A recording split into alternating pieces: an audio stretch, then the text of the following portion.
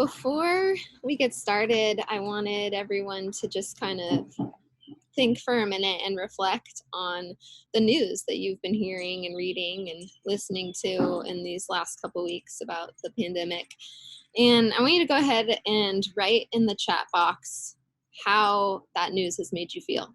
Just be one word or a short phrase. Tell me how the news has made you feel recently.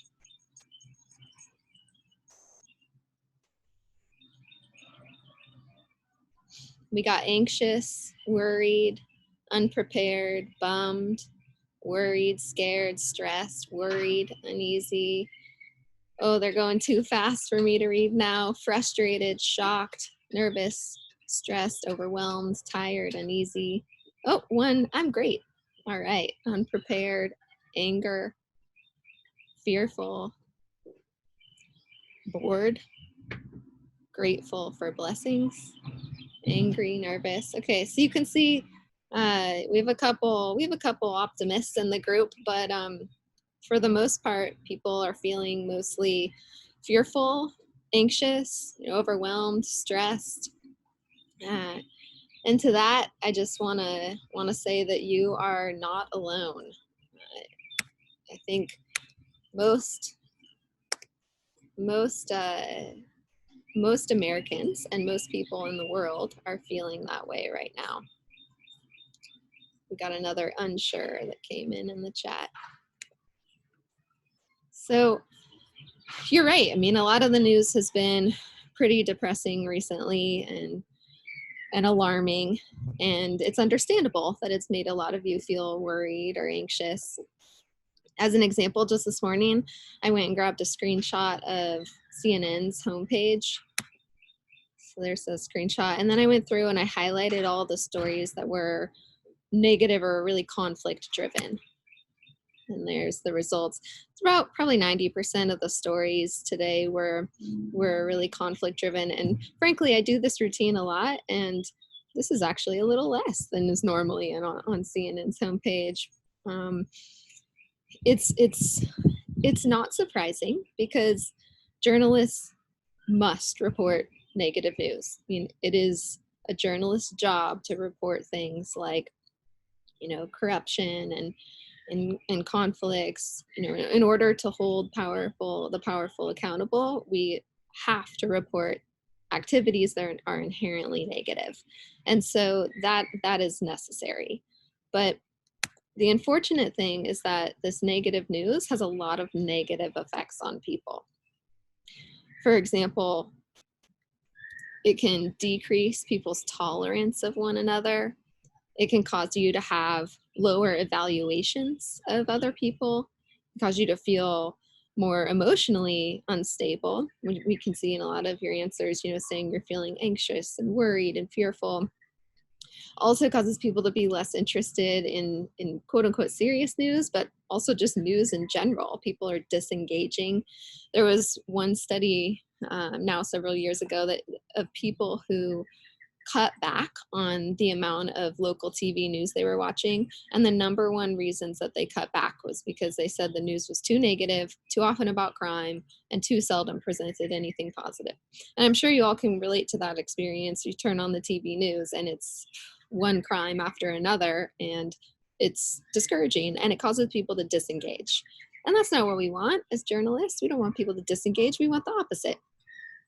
Negative news, there's a whole body of research showing that it also can cause people to act in more antisocial ways and cause people to distrust their leaders, can cause people to criticize the media, which we all know the media don't need more criticism right now. We're at near record lows of public trust in the media, and can also cause compassion fatigue. Compassion fatigue is the idea that we're just inundated with tragedy to the point where we become apathetic to human suffering. So this is unfortunate, right? Because again, journalists must report news that has conflict and is negative. That's your job as a journalist. But you're having this terribly negative impact on the people who you're trying to serve. I'm sure that none of you set out to be journalists because you wanted to, depress people and, cause them to act antisocially and criticize you as the media. No, we all, went into journalism because we wanted to serve the public. But when it comes down to it, the news is stressing people out. Americans. Reading, listening, or watching the news is one of the leading causes of stress among Americans. And that was a few years ago, not during the coronavirus pandemic. Right now, though, the majority of Americans think that the news media have exaggerated the risks of the pandemic. And again, I'm sure that's not your intention as a journalist. So, what do we do about this? This is clearly a problem. We need to report this news, serious information that we need to share with the public, but at the same time, we don't want to do it in a way that ends up having a detrimental effect on the public. So what can you do about this? I think that it's interesting to share this quote from President Rao that I came across back when VCU was started. He said, in 1838, a team of physicians founded MCV to address a doctor shortage in the Commonwealth. In 1917, RPI opened to serve the higher learning and service needs of our city. When the two merged in 1968, VCU was born with an obligation to relate itself to the community and participate in the solution of existing problems. So I think it's really interesting that VCU was founded on the idea that we should participate in the solution of society's problems. And so how can we bring that back to your job? Well, this is where we get into the topic of today, solutions journalism. Has anyone ever heard the term solutions journalism? You can either unmic yourself or type into the chat. I'd love to know if anyone's familiar with this term. I see one yes, a no. Okay, I see 3 yeses. So Christina or Cameron, do either of you want to unmic and tell us what you've heard about it, what it is?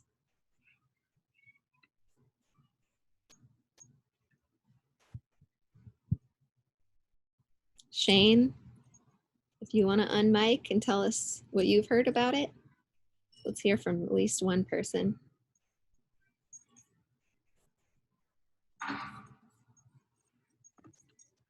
I can offer my definition of it again. Yeah, great. Tell us. So solutions journalism is where journalists take a look at an issue and frame their story around the issue by offering solutions that are based off of what experts in that field tend to agree on is the proper solution, but also by not adding any of the journalist's own personal bias or anything like that. Great, thank you. Again. So this is the second time he's heard this lecture. So solutions journalism, simply put, is reporting on how people are responding to problems. So oftentimes news stories are focused on the problem itself. So for example, you write about homelessness, you're gonna learn all the stats and figures and the problems that are associated around homelessness. You can do, same thing with any other problem. If it's a disease, if it's the Ebola outbreak, you're going to hear about all of the kind of alarming problem-based information about it. But seldom do you read a story that's focused on how people are responding to that problem. So that's what solutions journalism does. It flips the frame upside down.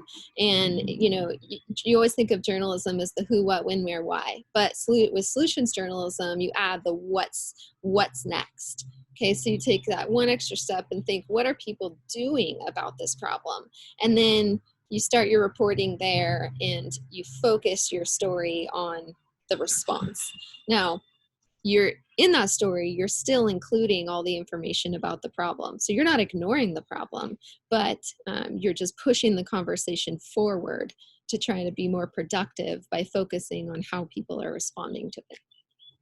So the Solutions Journalism Network is an independent organization that promotes solutions journalism, and I think they do a great job of explaining what solutions journalism is in this video. So I'm going to go ahead and play a video for you now. It's just under 5 minutes, I think, so go ahead and watch this. Think of 3 of the biggest problems the world is facing today.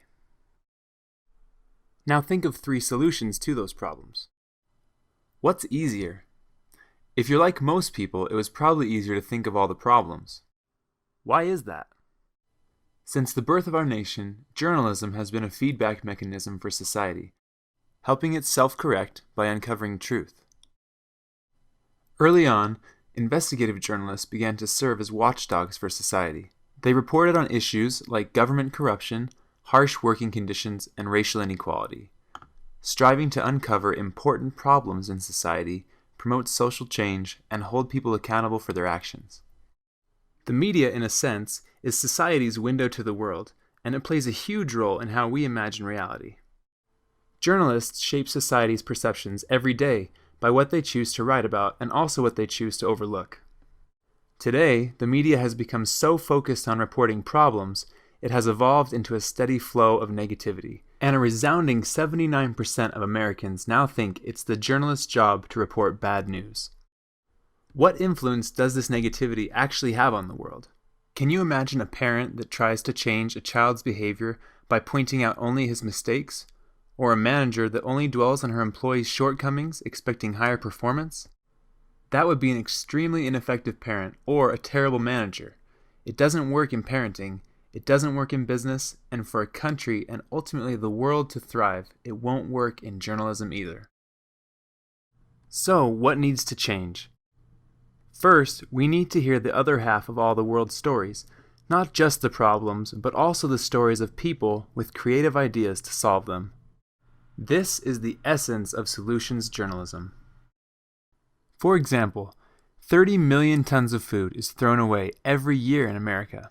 This food waste makes up 25% of landfill trash, and as it rots, it emits methane gas that is 20 times more harmful to the environment than CO2. There are several effective responses to this problem. In Massachusetts, the State Department of Environmental Protection is working to pass a regulation by 2014 that will ban commercial businesses from discarding food waste. An NGO in Boulder, Colorado, has developed a system to redistribute food that would be wasted or expired from grocery stores to local homeless shelters. And a company called EcoScraps has developed an innovative composting method to turn wasted fruits and vegetables from grocery stores into organic fertilizer without using chemicals or manure. Since its inception, EcoScraps has recycled over 15 million pounds of food waste, reducing over 9 million pounds of methane. Discussing all of these viable responses to food waste in the media would give people more ideas of how to solve the problem. But most journalists would probably be more comfortable talking about the problem than the actual solutions. Imagine what would happen in the world if all the negative news were balanced out by true stories that investigate responses to the problems. This doesn't mean including a little good news now and then, but regularly presenting people with innovative ideas and possibilities for change that remain outside their view frame.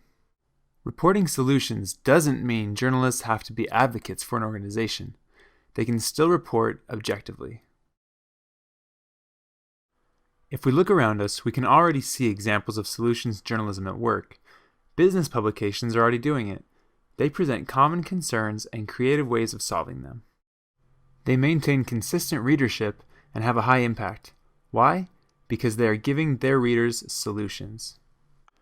We will always need reporters to be the watchdogs, uncovering wrongdoing, corruption, and betrayals of trust.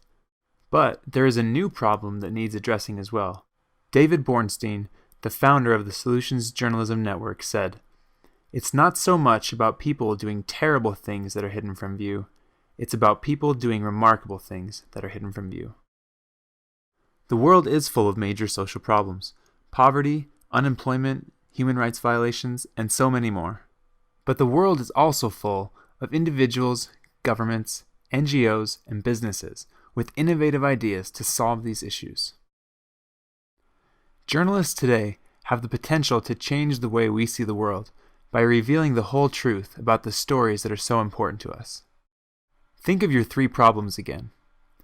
Solutions to those problems really aren't so far away. As we strive to highlight and spread the news of the solutions that are happening all around us, we can change the world.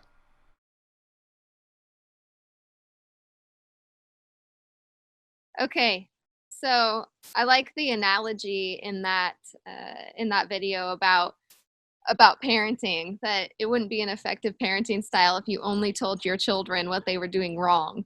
And I like to think about that as journalists. It's not going to be helpful if we only tell society what they're doing wrong. So anyway, before I continue, do you guys have any questions about solutions journalism at this point after watching that?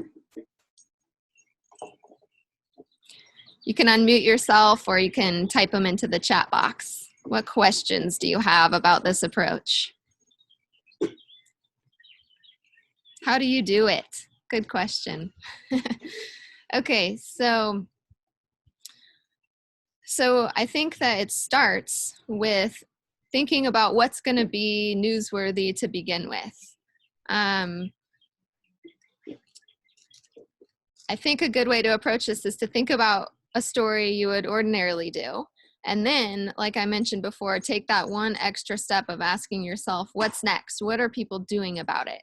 And then start by interviewing those folks. A student previously asked, how do you not seem like an advocate? And that's a great question. You know, you certainly would not want to write a puff piece. Solutions journalism is not positive news. It is not advocating for writing about socially insignificant, positive things. This is not your cute puppy videos. These are rigorous stories, evidence-based, but about responses to major social problems. And there are some steps that you can follow, one of them in particular, to ensure that you're not sounding like an advocate when you're reporting these stories. So the Solutions Journalism Network lays out 4 aspects of a solutions journalism story. So every story must have these 4 points in order to qualify as a solutions journalism story. 1, it has to be about a response to a problem, and it needs to detail how that response happens. So you're talking about, specific details about the process. A response has to have actually occurred. So a solutions journalism story is not a story about a good idea for how to solve a problem. There already has to have been some action that has taken place. And then there needs to be some evidence of results. So that's the second thing. There needs to be evidence in your story that shows the effectiveness of the solution. Okay, so it's not just good intentions. These are actual responses that are beginning to work. The third point is that the story must produce insights. So I like to think of insights as bits of information in the story that other people can use to help them if they want to implement this same idea. So oftentimes solution stories are about how people in one area, in one city, one state, one country are working to solve a problem.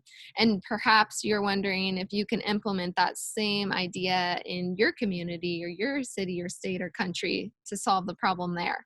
So insights are, what kind of pieces of information can I take from the story that I could implement here?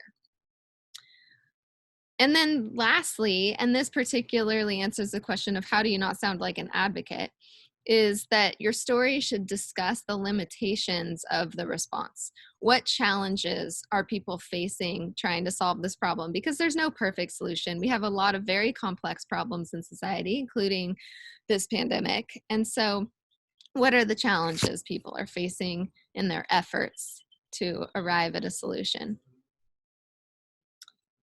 Okay, so considering those 4 aspects, what I want to do now is have you all read a news story. I believe most of you have received the story and hopefully read it ahead of time, but If you haven't, you can read it now. And if you have, go ahead and look back at that story and review it.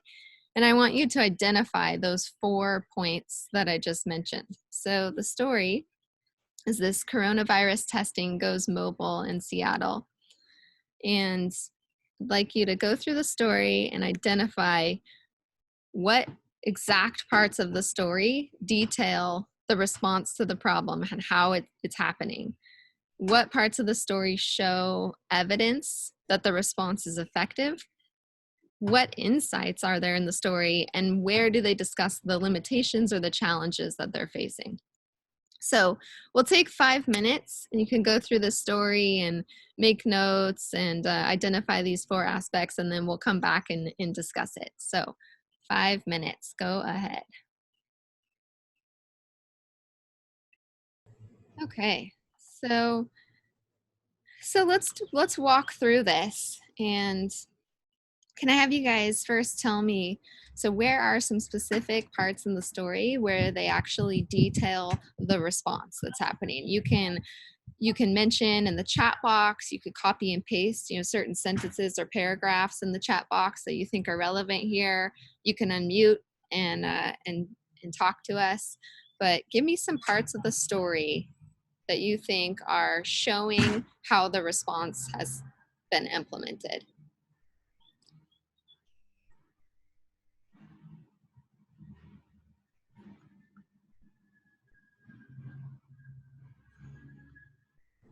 Come on, people, a little participation wouldn't hurt here. I know it takes a minute maybe to find what you're looking for in here.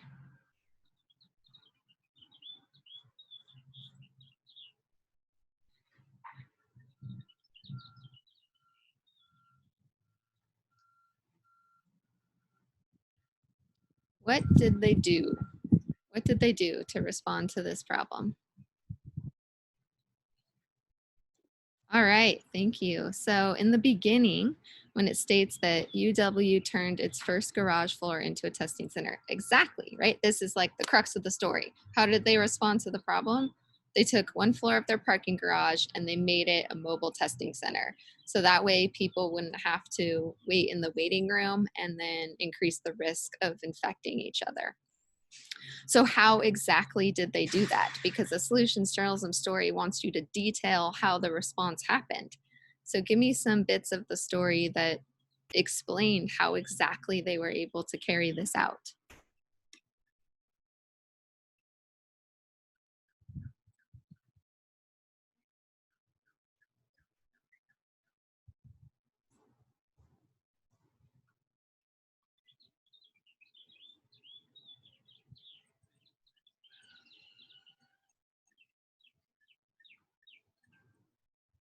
What's the process that people go through when they go through the mobile testing center? Okay, they made people take an online survey and then they tested the likely candidates from their cars. Yeah, exactly. Did they have the windows rolled down the whole time, exposing people's coughs? No, only twice. They opened the car windows only twice to go in and get the swabs. That's right. They stuck 1 swab in each nostril, right? Did the nurses who took the swabs wear the same outfit all day?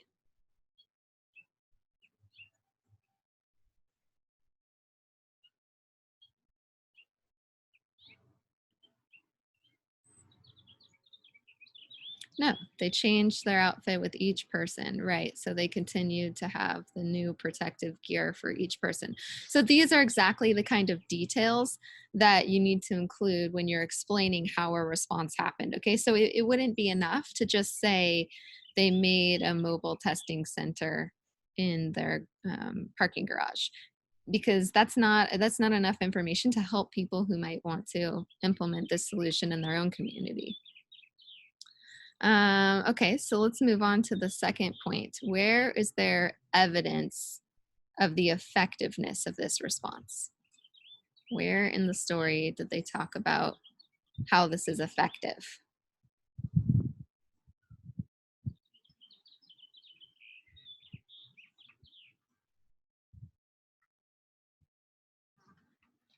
there's a couple key points where they mention some numbers that are important here.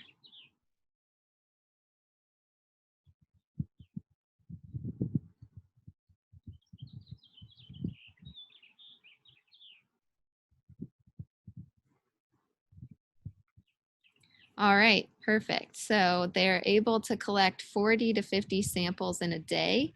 Yes, that's a great one. I were able to test one person every 5 minutes. Excellent. What would have been, I think, even stronger is if they would have told us how many samples they collected in a day before they started this mobile testing site. Then we could really compare and really see how this response was effective. Right. So again, that sentence was within the 2-hour testing block on Tuesday, the nurses were able to collect samples from 40 to 50 patients. That's right. What about back in the lab? What about back in the lab? Part of the story there where they talk about the effectiveness of this response.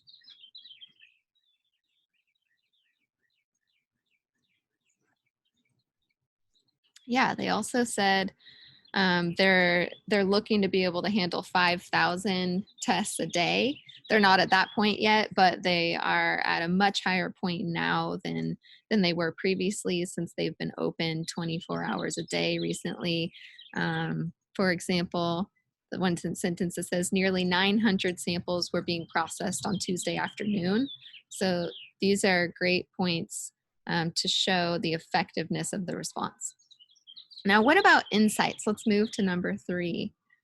Oh yeah, and someone else pointed out, these are some great stats. The mobile clinic screened 476 patients with 8 positive cases. Exactly, that kind of data is really helpful in showing how the response works. Did you guys see any insights in here? Any pieces of information that were really helpful maybe for other people who might want to try implementing this solution?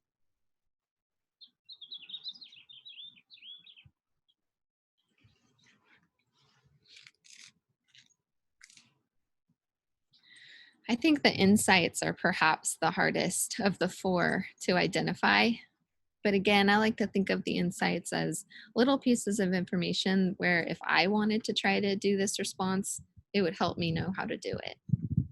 Like, for example, the nurses changed their clothes after every patient. They rolled down the window 2 times. They did a swab in each nose. Those kinds of little bits of information are helpful. So oftentimes I find that the insights overlap with the details about how the response was carried out.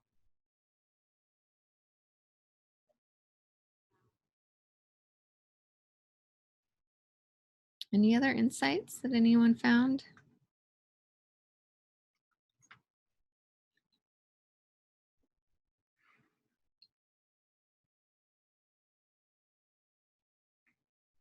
Okay, well, let's move on to challenges. That one is super simple. Where in the story did they mention the difficulty, the challenge in the solution? Again, because no solution is perfect. So where did they mention the challenges?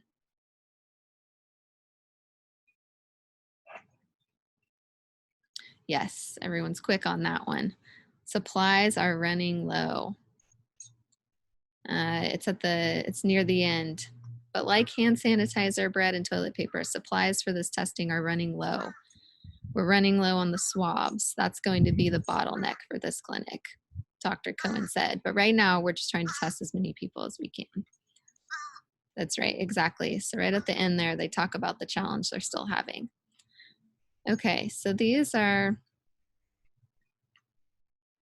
oh, we have another comment. Any positive samples are sent to the state for further analysis. This is an example of an insight. Thank you. I'm glad to have one insight out there. Yes, exactly. So the positive samples are sent to the state to be further analyzed. That's really good to know because someone else might be wondering, well, what do I do with the positive samples? Exactly. Thank you. Okay, so I hope that you can see through that exercise how this type of story is a solution story where it focuses on how people are responding to the problem. And a story like this is important because it's going to have a different impact on your readers. while you're informing them about the pandemic and giving them the critical information, you're also mitigating some of those negative effects. You're not making them feel so hopeless and anxious, because by reading a story like this, they're able to see, look, people are working on this. We're making headway. There is reason for hope. And that kind of story is going to be more engaging to your audience rather than a story that just solely makes them feel bummed. All right, let me show you just a couple other examples that I think are good solution-oriented stories.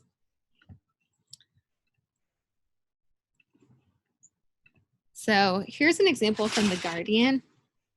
Now, this was published a few weeks ago now, so it's a little bit outdated, but I really like this story. It's called "Worrying Won't Help: Why We Should Keep Coronavirus in Perspective." And I thought this was crucial because at a time when people really were only seeing the negative, this story was able to put the virus in perspective by including some details like this. They said, the vast majority of people who have the illness have recovered. I think that's really important to keep in mind, right? If you contract the virus, most likely you'll be just fine. Children seem to be largely untouched, another positive thing. A vaccine is in the pipeline, although it will take a while. We know where the illness came from, and the situation in that country is improving. The vast majority of cases are asymptomatic. You can kill it with antiseptic spray. Science is all over it. Clinical trials are underway. Okay, so these are some examples of, look, it's not all bad. And in a time when the public is being inundated with the scary information, it's important to keep it in perspective. Here's another story from CNBC about how this pandemic has led to a massive drop in air pollution. So that's kind of a cool silver lining that maybe your audiences weren't really thinking about, right? I loved this graphic here. This is showing air pollution in China last year compared to this year. Pretty striking. So I think these are some good examples of solution stories. Here's another one. Taiwan has millions of visitors from China and only 45 coronavirus cases. Here's how. Now, again, this story was written, I guess, 20 days ago now. Now Taiwan has, I think, 300 cases, but their curve is trending down.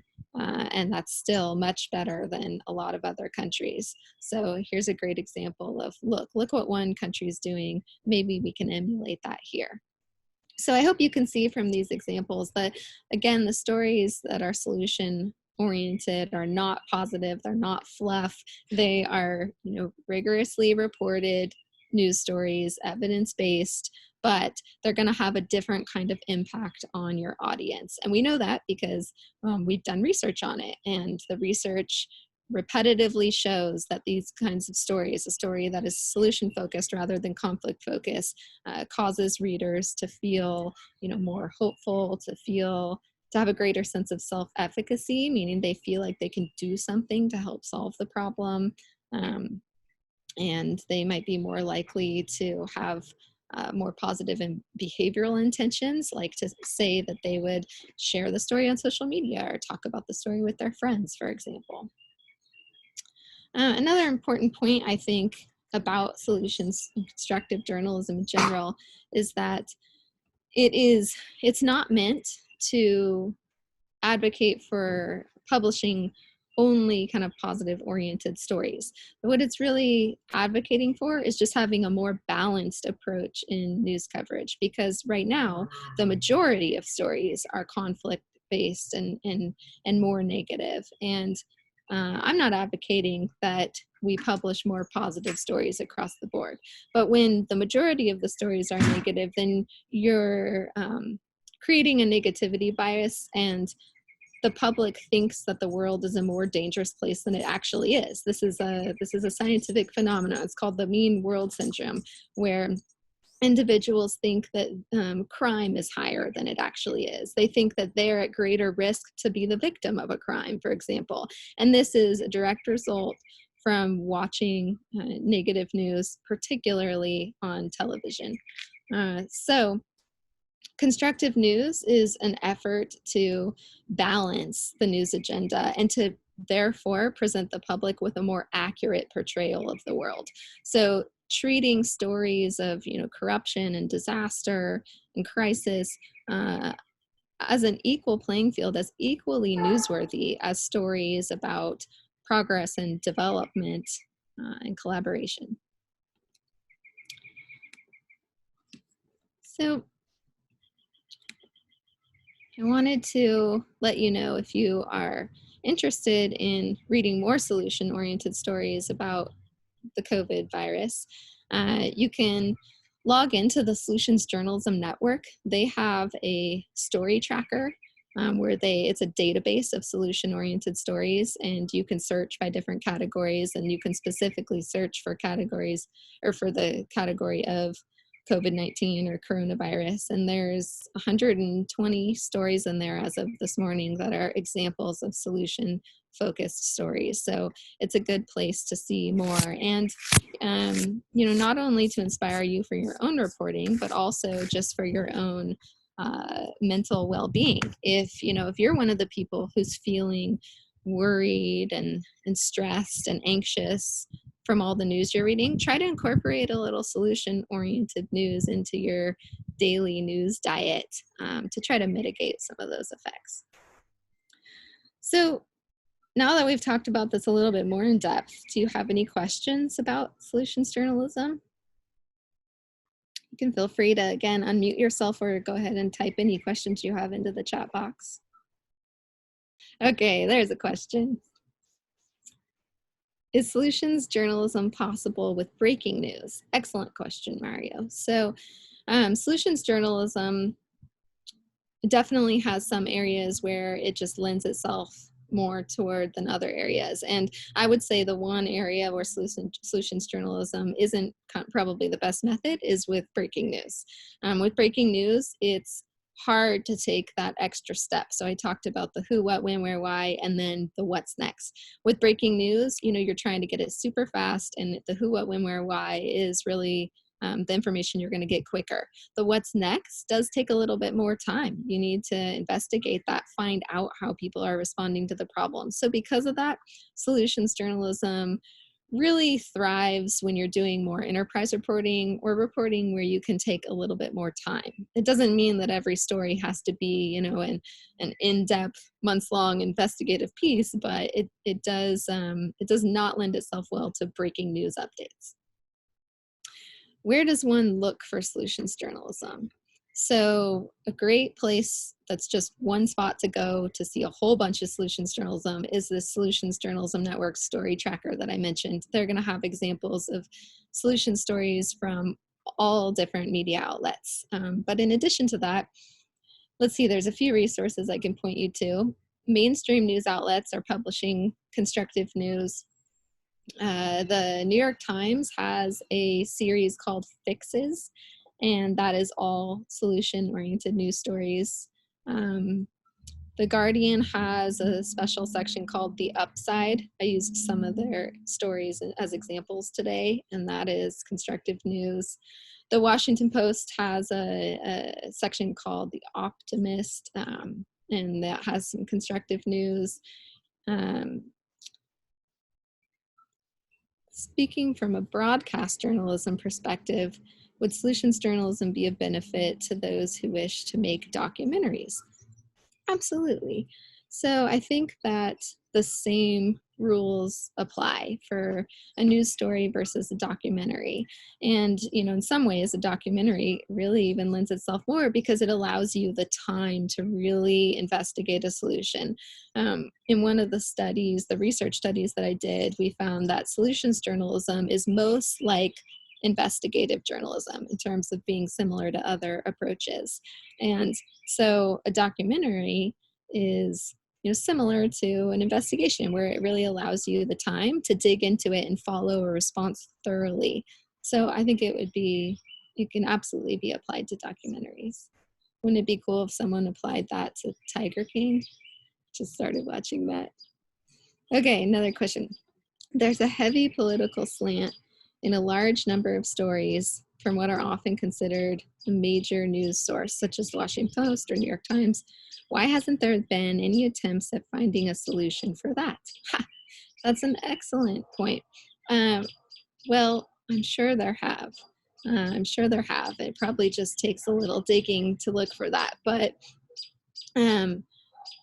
one thing that I've studied in constructive news is how to mediate conversations with sources in a way that makes them less polarizing. And this is particularly applicable, to political reporting.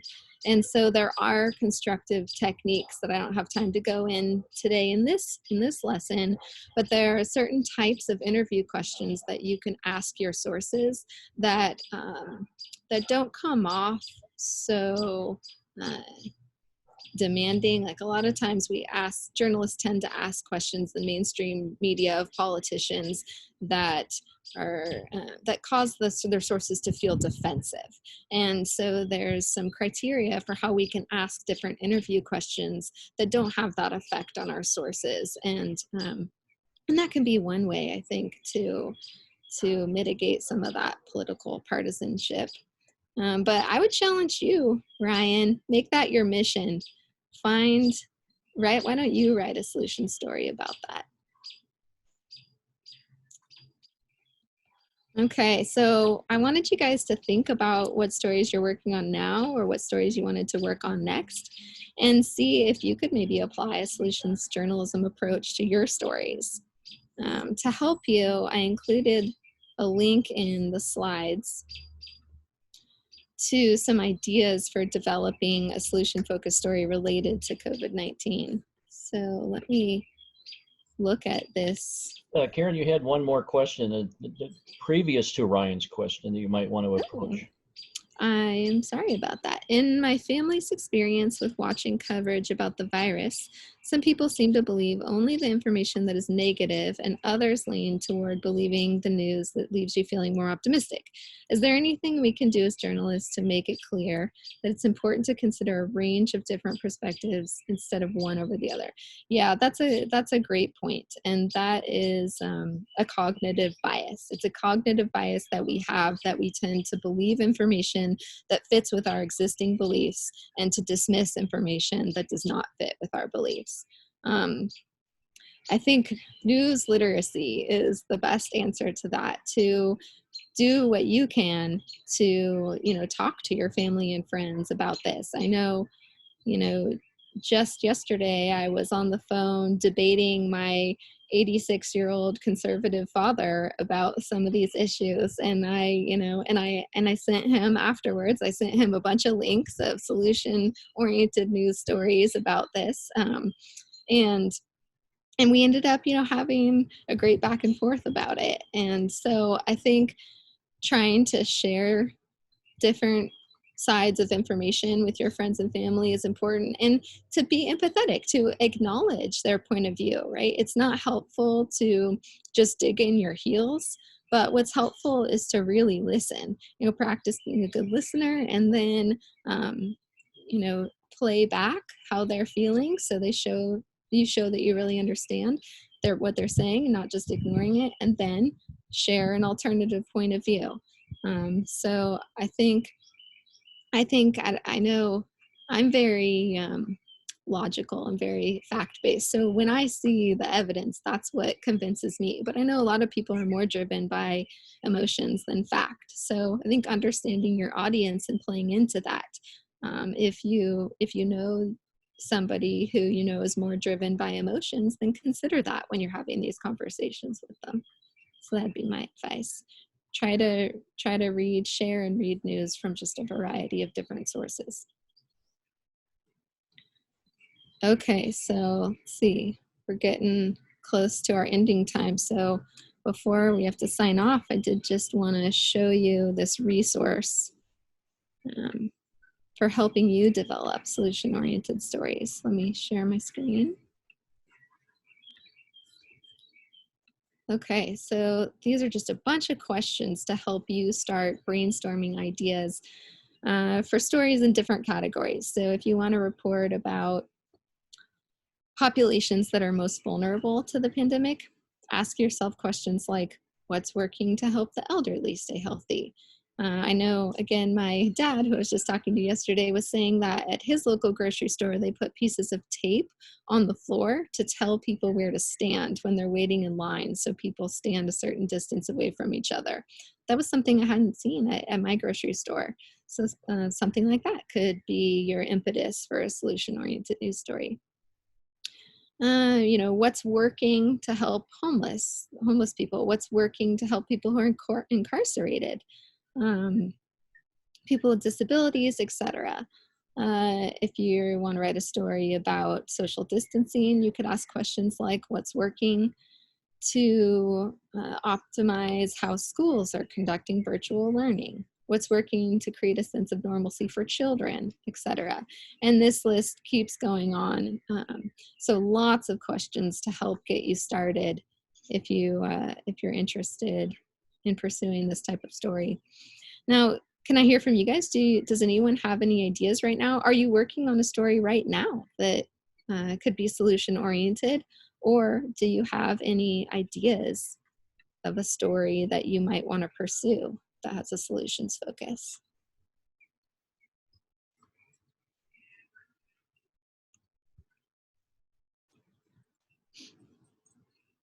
Back to our old question, Alex Bryan also posted a link to a chart that explains media bias. I like this chart too, so you could visit that too if you're interested.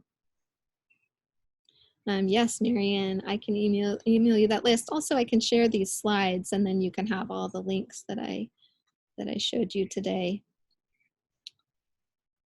Let's hear somebody's story idea. What story could you work on, or maybe you already are working on, that has a solutions approach? I don't know. Well, I'm working on a story right now. I don't know necessarily how best to frame it with a solutions approach, but that's why I wanted to just bring it up. So the story I'm working on is in the past a week and a half ago, Governor Northam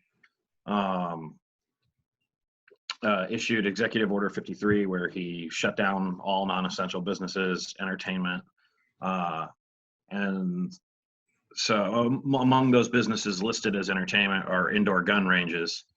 And the Virginia Citizens Defense League has issued, a bunch of stuff saying how, take this off of there, it's an essential right. So, and I'm finishing up the story, but I guess looking at it from a solutions point of view is, I guess the question I would be asking myself would be, what's the right balance for public safety and your guaranteed constitutional rights? And for trying to find where those two can meet in the middle. Mm-hmm. So, I mean, that's kind of how I'm looking at it, but yeah, it's a work in progress.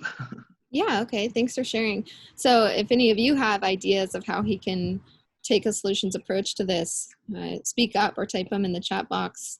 Something that I would say is, you could also be asking yourself, well, what are they doing in other states? And if they're closing gun ranges, are there other ways, what are people doing instead? Are there other ways that they're able to exercise their rights differently? So maybe what are other people doing? Maybe what are some unexpected benefits that have come out of this?